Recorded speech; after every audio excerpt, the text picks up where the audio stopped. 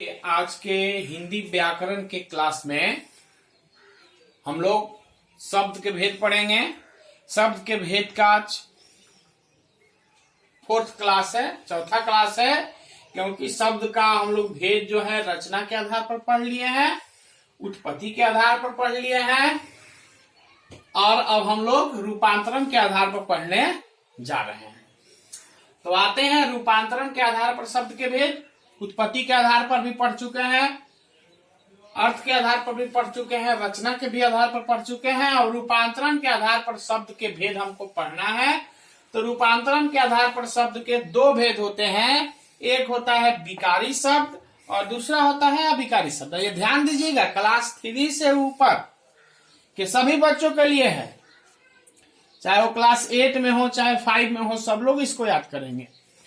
तो रूपांतरण के आधार पर शब्द के दो भेद हैं, एक विकारी शब्द और दूसरा अविकारी शब्द। आते हैं विकारी शब्द क्या है।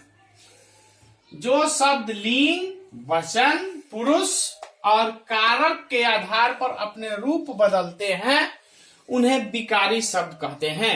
यानी कि कारक, वचन, पुरुष इत्यादि के आधार पर अलग अलग ये अपना रूप बदल लेते हैं या इनका परिवर्तन हो जाता है, इसीलिए इन्हें कहते हैं विकारी शब्द। इसके अंतर्गत कौन कौन आता है? संज्ञा, सर्वनाम, विशेषण, क्रिया। अब दूसरा हम लोग आते हैं अविकारी शब्द। अविकारी शब्द क्या है? तो जो शब्द लिंग, वचन, पुरुष और कारक के अनुसार अपने रूप नहीं बदलते हैं, इनमें कोई परिवर्तन नहीं होता है, तो इन्हें अविकारी शब्द या अविकारी अवयव कहते हैं। जैसे कि मान लीजिए कि स्त्रीलिंग में भी इनका वही रूप रहता है और पुल्लिंग में भी वही रूप रहता है, एक वचन में भी वही रूप रहता है, बहुवचन में भी वही रूप होता है, ये बदलते नहीं है।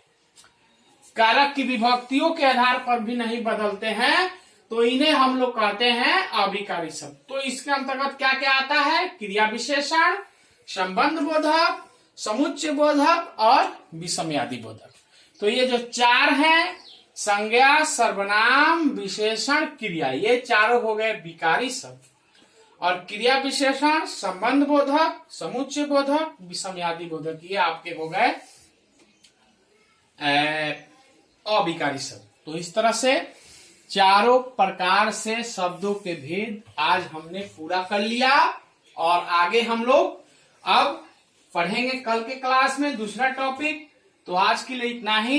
आप लोग इसको याद करके अपने अभिभावक को सुनाएं और साथ ही साथ हमको आज प्रदूषण पर निबंध लिख करके क्लास 3 से लेकर 8 तक सभी लोग पॉल्यूशन यानी कि प्रदूषण पर निबंध लिख करके 100 शब्दों में और मेरे पर्सनल नंबर पर व्हाट्सएप करें सब लोग, सभी स्टूडेंट।